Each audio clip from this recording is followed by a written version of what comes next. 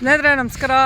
ಶಿವರಾತ್ರಿ ಪಾದಯಾತ್ರೆ ಮಾಡೋರಿಗೆ ಕಾವೇರಿ ಹೊಳೆಯಲ್ಲಿ ಎಷ್ಟು ನೀರಿದೆ, ಈ ಸಲ ನಾವು ಈ ಕಡೆಯಿಂದ ಆ ಕಡೆ ಹೋಗ್ಬೋದಾ ಅನ್ನೋ ಒಂದು ಕ್ಯೂರಿಯಾಸಿಟಿ ಇರುತ್ತೆ. ಆ ಕ್ಯೂರಿಯಾಸಿಟಿಗೆ ನಾನು ಒಂದು ವಿಡಿಯೋ ಮಾಡಿ ಹಾಕ್ತಾಯಿದ್ದೀನಿ ನಿಮಗೋಸ್ಕರ. ಬನ್ನಿ, ಹೇಗಿರುತ್ತೆ ಏನು ಎತ್ತ ಎಲ್ಲ ತೋರಿಸೋವಂಥ ಕೆಲಸ ಮಾಡ್ತೀನಿ.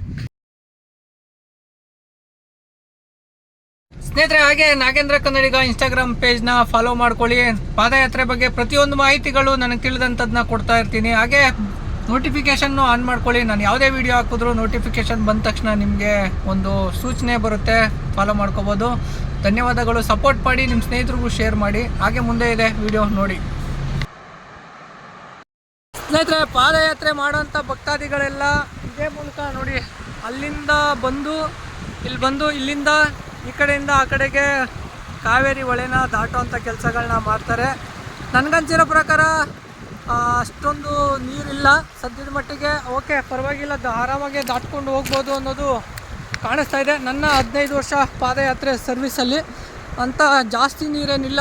ಇನ್ನೂ 20 ದಿನ ಅಲ್ಲ 15 ದಿನ ಕಾಲಾವಕಾಶ ಇರೋದ್ರಿಂದ ಅಷ್ಟರಲ್ಲಿ ಇನ್ನೂ ನೀರು ಕಡಿಮೆ ಆಗ್ಬೋದು ಅಂತ ಭಾವಿಸಿದ್ದೀನಿ. ಆದರೂ ಏನು ಆರಾಮಾಗಿ ಕ್ರಾಸ್ ಮಾಡಬಹುದು ಅನ್ನೋ ಎಲ್ಲ ಒಂದು ನಂಬಿಕೆಗಳು ಇದೆ.